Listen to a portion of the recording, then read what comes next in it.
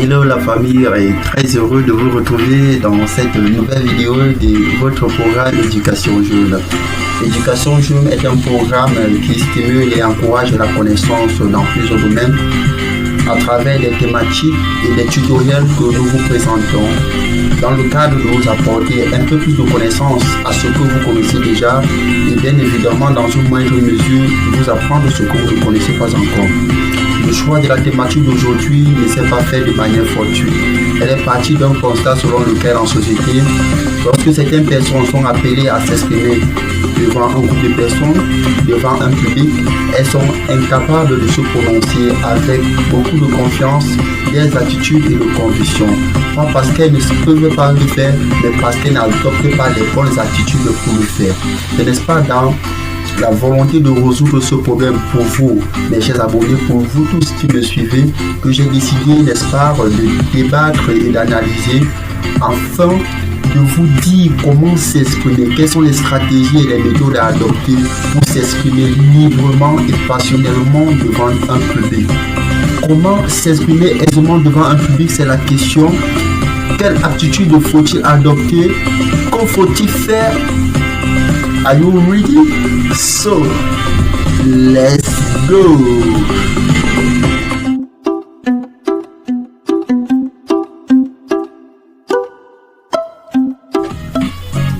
Les occasions de parler en public sont tellement diverses. Cela peut être lors d'une interview, cela peut être lors d'une réunion entre partenaires économiques ou lors de la réunion d'une association, lors même des réunions familiales, ça peut être en classe, lors de la présentation d'un mémoire, d'une thèse. Les occasions sont tellement diverses et diversifiées. Peu importe le rang social que vous occupez, peu importe le rang professionnel que vous occupez, vous serez appelé à vous exprimer devant un groupe de personnes.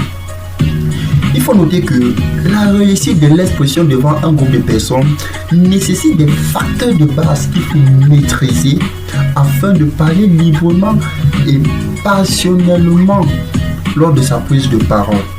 Parmi ces facteurs, nous avons en première position la confiance en soi.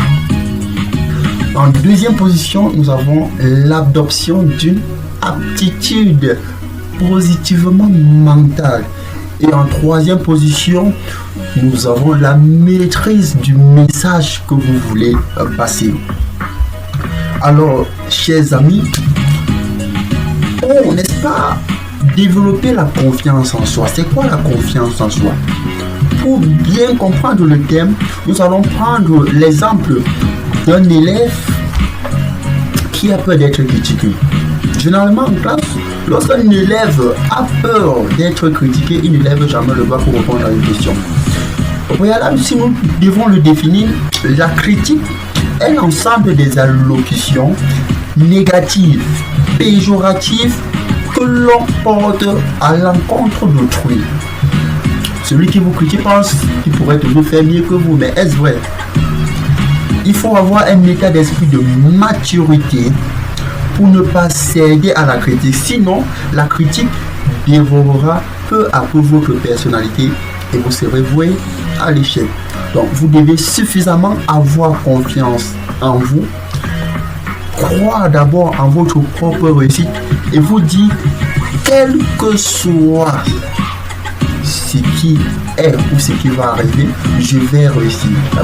C'est la conviction, c'est la ferme confiance que vous vous donnez avant de prendre la parole. L'adoption d'une attitude positivement mentale, c'est l'effet de croire en votre réussite, à ce que vous pouvez accomplir.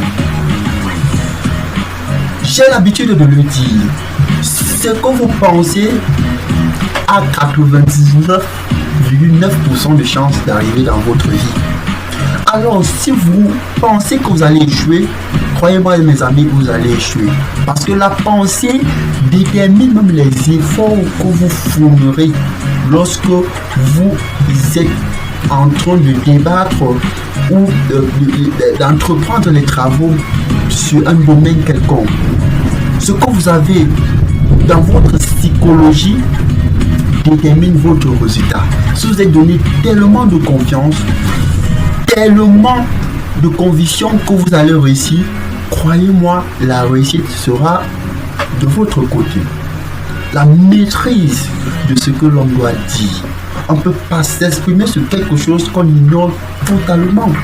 C'est pour ça que, avant d'aller vous exprimer devant un public, il est préférable et parfois même conseillé de présenter, de préparer, n'est-ce pas, vos discours à la maison ou encore peu de temps avant, n'est-ce pas, la prise de parole, afin d'être rassuré et de pouvoir parler, de pouvoir, n'est-ce pas, démontrer à suffisance que vous maîtrisez ou vous êtes expert dans le domaine sur lequel vous débattez. Donnez aux gens l'envie de vouloir s'exprimer. Parlez avec beaucoup de fierté, de conviction.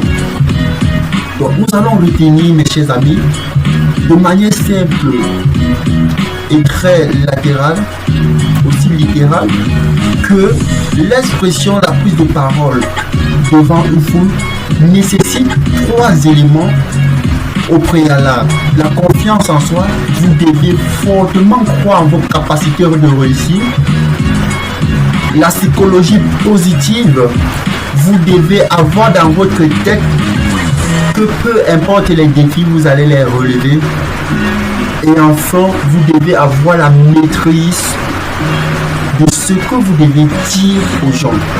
Ces 3 facteurs réunis ne peuvent vous conduire qu'à un résultat positif. Si vous arrivez d'échouer dans un premier temps, ne prenez pas l'échec comme une fatalité.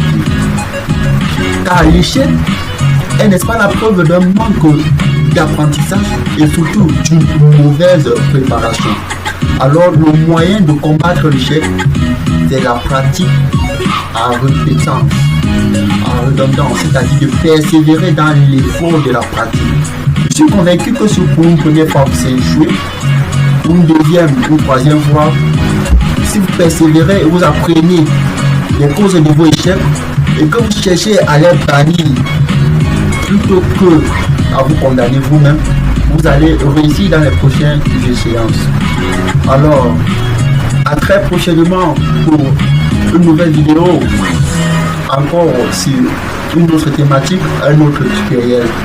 J'espère avoir été bénéfique pour vous en ce sens que vous pouvez désormais vous exprimer devant plusieurs personnes sans avoir peur qu'on va vous critiquer, sans avoir peur qu'on va vous dévorer ou on va vous manger, et vous exprimer avec beaucoup d'aisance et d'éloquence. Ce que je vous demande en retour, mes chers amis, c'est de vous abonner à la chaîne pour, n'est-ce pas, me stimuler à produire davantage de vidéos dans l'optique de nous aider, et aussi de me lâcher un gros pouce bleu et aussi un joli commentaire. Faites également vos critiques parce que l'œuvre humaine n'est jamais parfaite. Alors, on se dit à très prochainement pour une nouvelle édition de Éducation Jeu. D'ici à là, restez bien, que Dieu vous bénisse. Ciao, ciao.